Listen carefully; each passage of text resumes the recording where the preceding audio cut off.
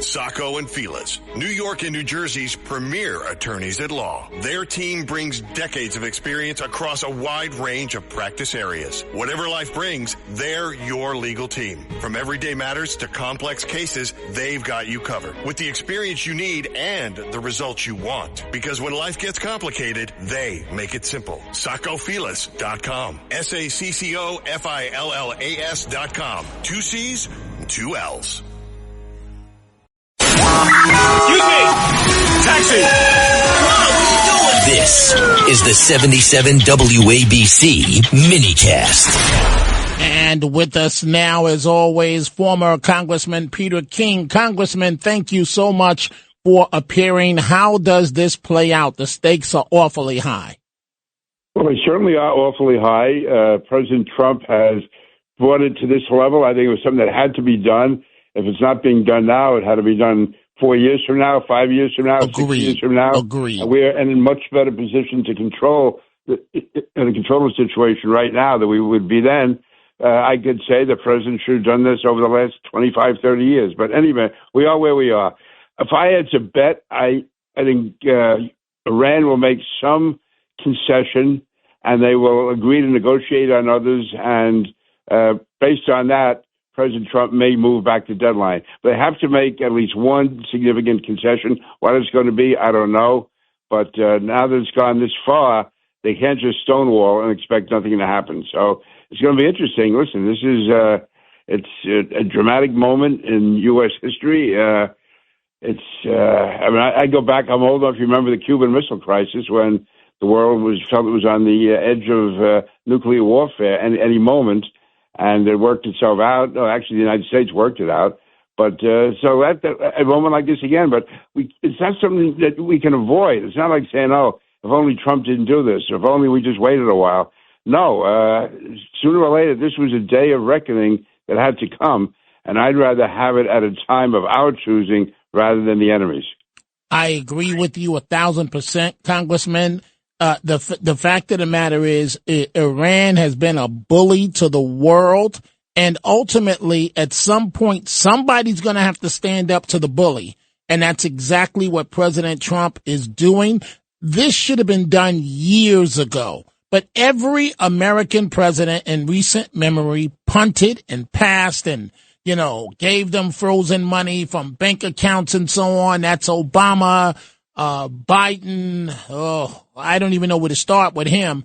And now this president is left cleaning up their mess. What do you say to those on the left, Congressman King? And you just alluded to this, that, they blame Trump for all of this. It's Trump's personality. He's unhinged. Look at the profanity he's using. Those are negotiating stances and positions. I don't understand why people don't understand that. He's trying to force them to do the right thing. And those on the left just don't seem, or nor do they want to care to understand that. No, they don't. And first of all, let me just say that this is not the first time that tactics like this have been used. I mean, I know a little bit about Korea. Back in 1953, when President Eisenhower took over, without consulting our allies, without going to anyone else, he sent a message through India to deliver to China that if there was not a ceasefire immediately in Korea, he was going to use nuclear weapons.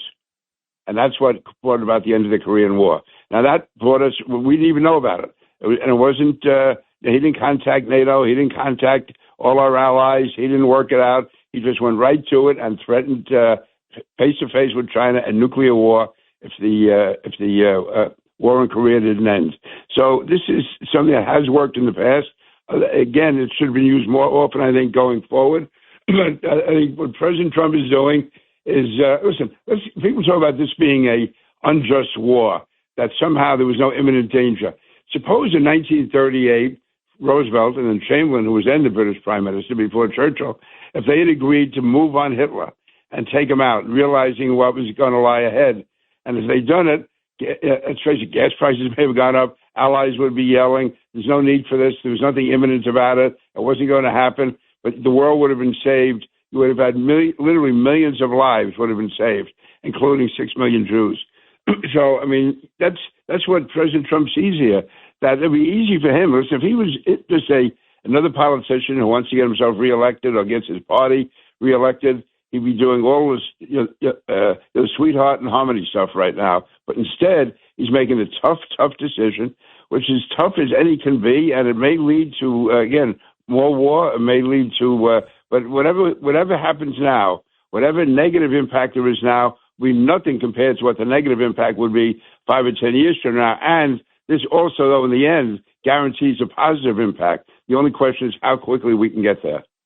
So, Congressman King, help me with this. The leaders in Iran, the ones that are left, okay, that haven't been eliminated.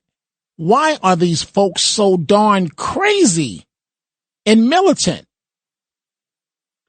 I think because they are crazy and militant. I remember, again, this is not giving away anything classified, but any of the psychological studies that we took show that Putin was not suicidal. Saddam Hussein was not suicidal. Kim Jong-un was not suicidal. The Iranian leaders are suicidal. At least most of them are. And that's what we're up against. That's why all this talk of working out agreements, long-term negotiations, a balance of terror, all of the things that may have worked with Russia, may work with China, will not work with Iran because they look upon death as a blessing. They look upon dying for the cause to be what they're put on earth for. And so we're dealing with a totally different mentality. Even like with Hitler. Hitler was not crazy. He knew what he wanted. You could say he was insane as far as what his goals were. But as far as living and dying, he didn't want to die. That's for sure. And he wanted Germany to prevail. Iran, if they stand and fight and die for Islam, that's their goal in life and in death. Now, I believe these are the same leaders that believe in whatever it is, but 15 virgins. I mean, absolute phonies.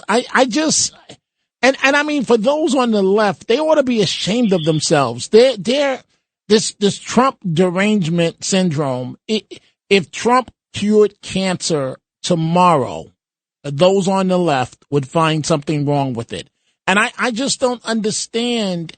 The left, Congressman, I'm lost these days because the left, all they want is to give away our money to people that don't want to work here in the country.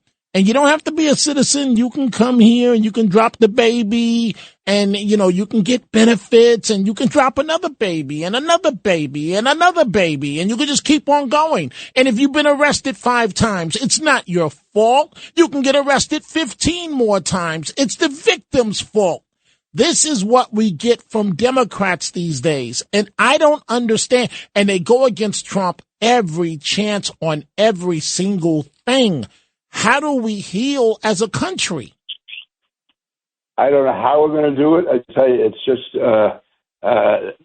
we have to realize that the left is just they're in a different world from the rest of us. That's why in most of the disagreements, whatever you want to call it, political arguments over the last 65, 70 years, it was a question of how do we get there, not where do we belong. It was a question of tactics, of strategy. Should we do it now or wait later on? Now you have it. Listen, right now when you listen to the media, some of them can't help themselves. They want to report everything that's, quote, going wrong in the war. Actually, very little, if anything, has gone wrong in the war. For instance, when that plane was shot down, it came down last Friday or Saturday, and the media, this shows that we don't have control of the air. There have 13,000 missions have been launched, and one came down. I mean, that's not control of the airspace. I don't know what is, but they are so negative. They are so arrogant. They are so anti-American, really, is what it comes down to in many cases. They're self-hating. I know, some people talk about, Jews or anti-Israel are self-hating. I've had that said about Irish and different issues, self-hating. Well, these people are self-hating Americans. They can find everything to criticize. And when they're talking about Iran, the United States, and they're talking about the president and the Ayatollahs, there's like a moral equivalence. It's like two prize fighters in the ring, Ali and Frazier. No, this is good versus evil. I mean, nobody would have said that about Hitler when it was Roosevelt going up against Hitler. Nobody was saying, oh, on the one hand, you have Roosevelt doing this. On the other hand, you have Hitler doing that. May the best man win. No, Hitler was evil. We had to win. In this case, Iran is evil. We have to win. And I just wish the American media would wise up to that.